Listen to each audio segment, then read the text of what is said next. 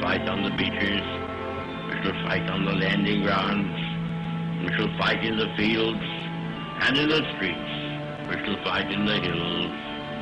We shall never surrender. The constitutional point of view was critical for Jefferson's support of the Bill of Rights. As we mourn the loss of thousands of our citizens, I can hear you!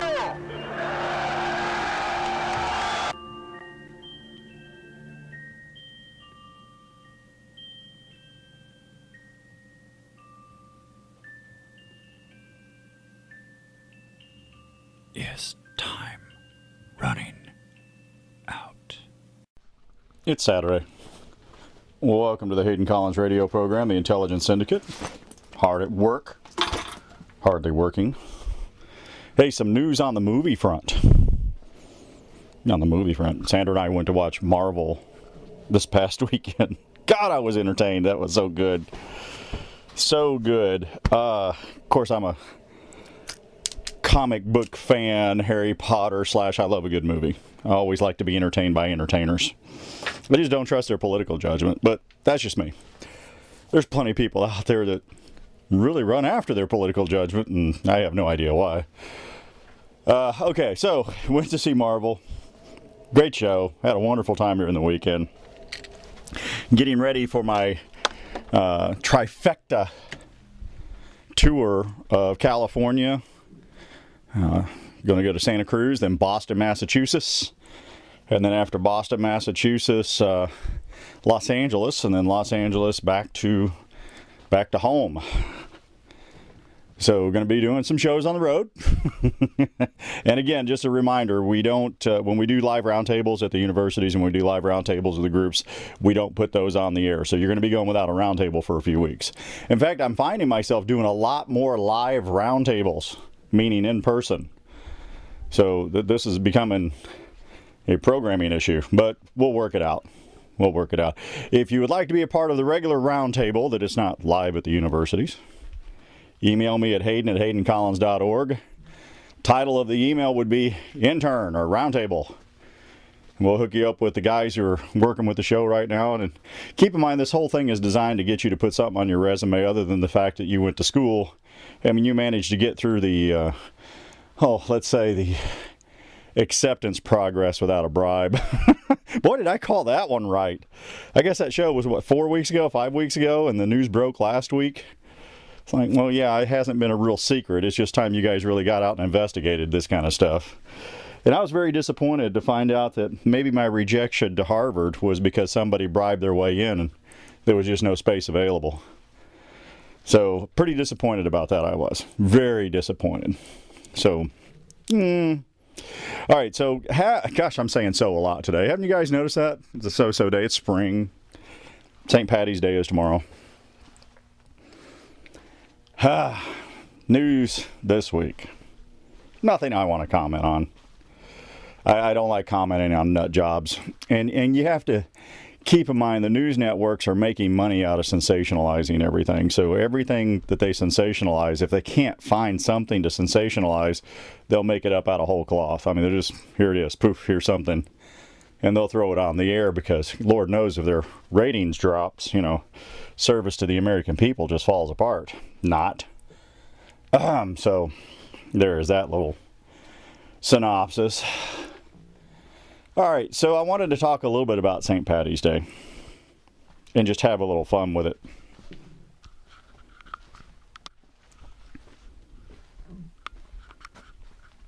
A couple of the cop friends that I work with, and especially the cops in Philadelphia and Chicago, all the poor cops in Chicago, and even more now Savannah. So the cops, well, the municipalities, let's look at the municipalities. I went back and looked over a couple of the numbers for Savannah. Now, I'm just going to use Savannah as my case scenario here. The people come out and they want to celebrate St. Patrick's Day and have a lot of fun, so, they're all going to show up. It's an event. The vendors are going to make money. There's going to be tax revenues for the city, of course, but they've got to pay all the cops and pay the cops overtime to walk around and make sure the drunks don't get too far out of control. Actually, you know what? It's been really good. I shouldn't say that. My boy who's a cop down there says, it's actually really good. They don't get out of kilter. It's not like they're running around puking on the streets at spring break or anything stupid like that. They're just celebrating St. Patty's Day. And strangely enough, down in Savannah, there's more barbecue grills for St. Patty's Day than there are people drinking beer. But nonetheless, when it's all said and done, the cleanup goes to the municipality. They've got to clean it up. Waste and Sanitary's got to come out and take care of all the trash cans, all the trash up off the ground, re-clean the beaches, all sorts of wonderful things that take place, okay? And that cost is consumed every year, and of course, it's a service provided by the city, and the tax revenues from whatever vendors bring in, they hope to cover that. They really do. Sometimes there's a residual rate. For example, whoever was working there, that part of their tax revenue for their income actually goes against, the cleanup. It's all thrown into one great big pool. So when you see these St. Patty's Day celebrations out there, keep in mind, it's just people having fun. I think it all comes out in the wash. It's not like it's a concert venue where somebody's designed to make millions of dollars off of it. But I do think the municipalities, I think they break even or come out ahead a little bit, but they lose that money in other events.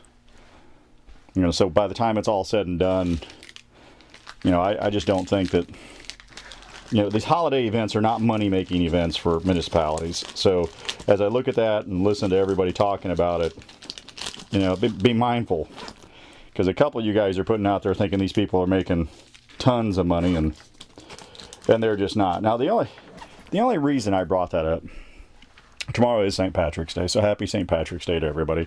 But it's this whole money issue and this whole, I guess, jealousy is a thing, envy, and this whole envy track that has gone on in politics. They're envious, they're rich or whatever the case may be, and I started off talking about the admissions thing, so I kind of want to play with this just a little bit. You know why there's not a whole lot of surprise out there over this? You think about it, this is, oh my gosh, rich people are bribing people to get their kids in school. Oh, well, hello Rockefellers. They just bought the school. It's like, all right, my kid's going to school, I'll buy the school. Hello Kennedys. Just pick your family of choice, your elitist family of choice, or your political elitist of choice, and pick the school, and hello. I mean, you got to feel bad for Hillary Clinton right now. Hillary Clinton went to Wellesley. Wellesley is an all-girl school. Beautiful place, beautiful campus. I've been there a couple of times. Yeah, wonderful place. And her daughter goes to Harvard. Obviously, Hillary wasn't part of the right network, I guess. I don't know. I really don't know. But now this whole thing cast a shadow on the political leadership caste and their students. Now, I'll throw a mix in here as well. There are schools like Exeter, and I love Exeter. Been there too. I love Exeter. In fact, I think Exeter is rigorous, actually. The way they do science, the way they do math, there are no prisoners. But there's an acceptance criteria there as well. And they set the acceptance criteria with money. You better have a serious amount of money if you're going to Exeter. And you better have a serious amount of money if you're going to Harvard. So, maybe there was a reason I didn't make it into Harvard. I didn't have the serious amount of money.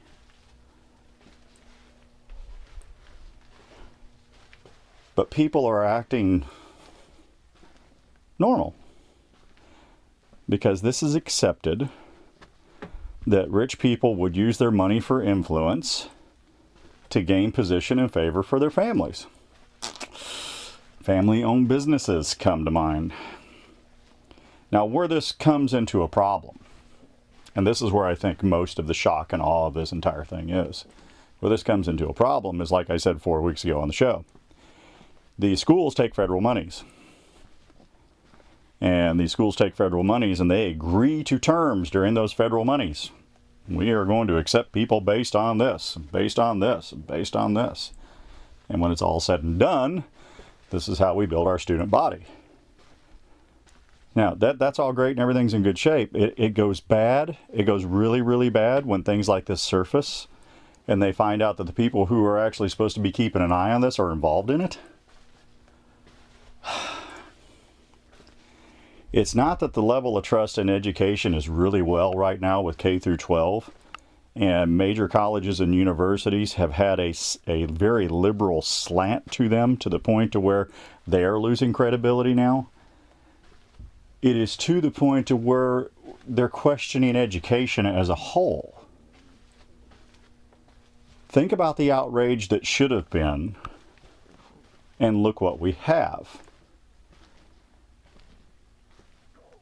The education levels of individuals that are graduating these major universities, we have to trust that they know what they're doing after they've graduated, that they are capable individuals with degrees that are going to be receiving capable jobs. And actually, they all have to be trained at their jobs. It's not like they come in knowing everything. They're all a bunch of second lieutenants.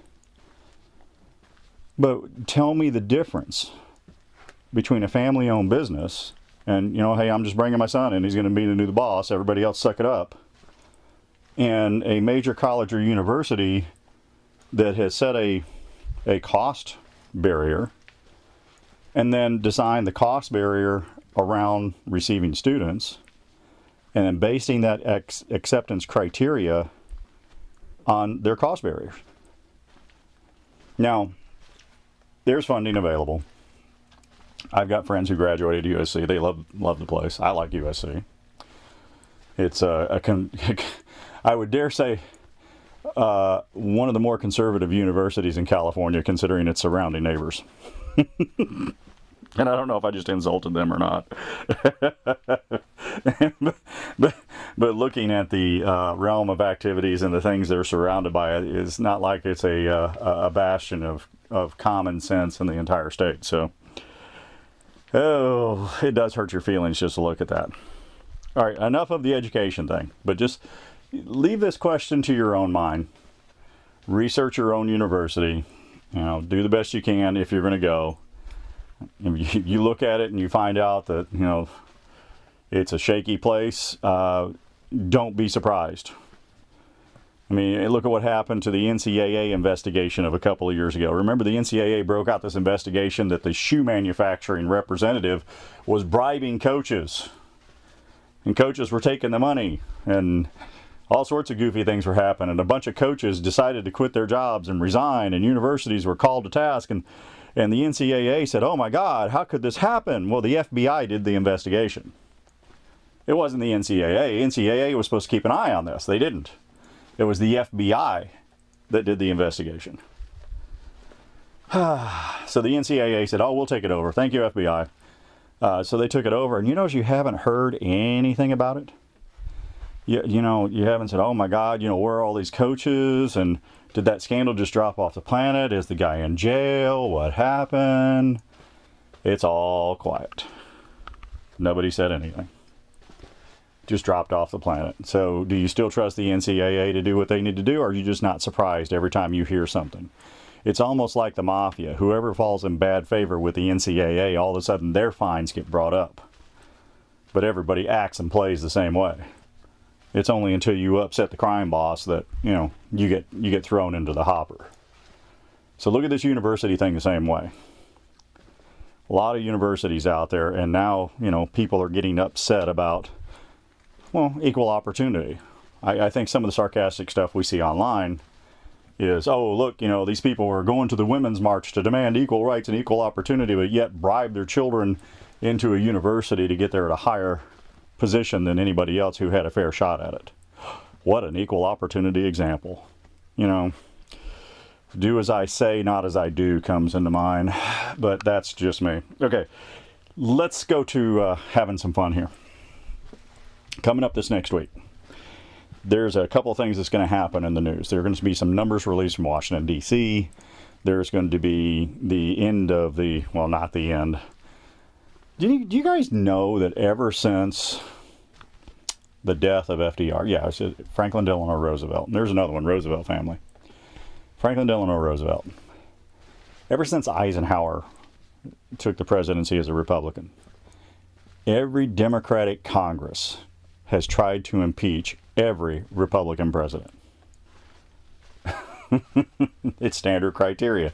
You know, if you're going to be a Republican president and you go to Washington, D.C., the Democratic Party is going to try to put up impeachment.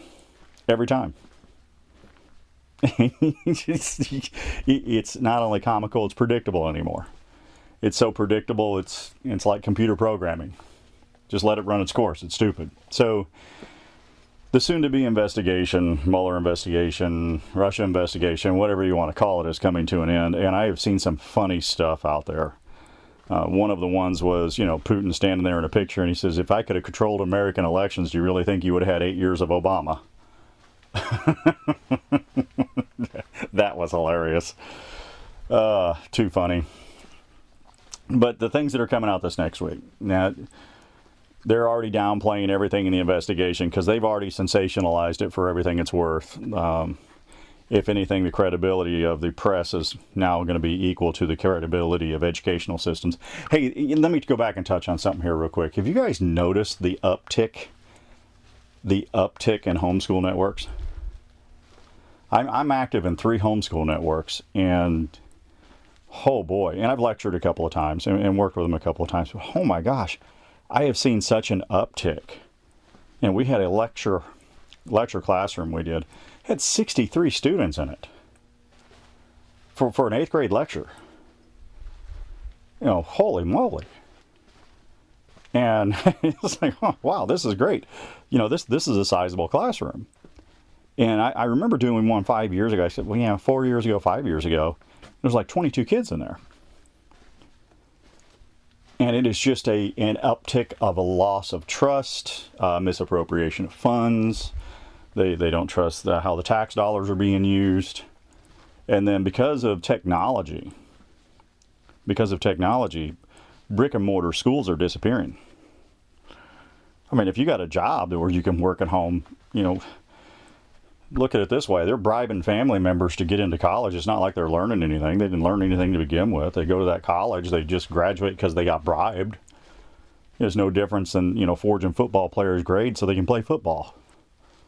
I know I'm slamming this around because nobody's shocked and surprised, but there's no difference there. So the investigation will come out. They're not going to be able to press anything. They're not going to be able to do anything. The opportunity that they had to sensationalize this and actually make something happen would have been if they had evidence or anything else in play. But when this first came out, and you guys can go back to the show I did when this thing first came out, I said this is going to be the Democrats' worst nightmare when the entire investigation turns around on them once Mueller is complete with the Russian stuff. Because, see, there's the best thing about this, and I suppose it's like if you were working for somebody and you did an entire project for him, and when you're done, you deliver your project to the boss, and he points out everything you missed, and you have to go back and do that. And he says, okay, now that you've missed all this, I'm going to make you go back and do it, and we're going to hire all of these lawyers to go back and do this one. Because you had all of these lawyers to come here and do this one. Here's a new set of lawyers. And by the way, there's no immunity. So if you purposely miss this in your investigation, and you purposely walked by it, you are now an accomplice. Oh, think about that. Mueller, an accomplice. Well, that would be considered, in its worst case scenario, evidence tampering. Or just not presenting the evidence, or overlooking evidence that doesn't support your case, or bribing universities to get your kids in there, or faking grades of students who play football so they can play another season. Wow. Shock and awe. Shock and awe. I know I'm not presenting this as well as I should, but I just don't want you guys to get upset and go protest somewhere and get all wrapped around the axle to discover, 10 years from now, nothing's changed. If you're rich, you still go to Harvard. If you're rich, you still pay your way through school. And if you're not rich, you're not rich. You're not part of that class. And there's envy. And there's jealousy. But see, you're in a country where you can do something about it. You're in a country where you can go out and make your own money. You're in a country where you can go out and make your own millions. Okay?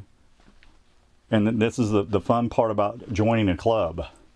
Part of the benefits of being rich, part of the benefits of accomplishing things like that is you get to use those benefits and that money that you made to accomplish what you want to do and do what you want to do. Keep an eye on Finland. We talked about that last week. They're in financial ruins. We talked about the scale of economy between the European Union and the United States and how the United States is just not providing for them anymore. So get ready for that to change as well. I hope you enjoyed our adult talk today about not being shocked and surprised when you find out that the rich use their money to influence things. I don't know, like elections. Like buying a Democratic Party's $18 million worth of debt and then telling the Democratic Party, since you bought their debt, they're going to do what you tell them to do. Nobody was shocked and surprised there. Wow. It's amazing. All right, we come back from the break. The twins are at it again. We got a version of Oops, I Arted. And, of course, the roundtable was live this week, so there won't be a live roundtable this week. The Intelligence Syndicate, find us online. You guys enjoy your St. Patty's Day.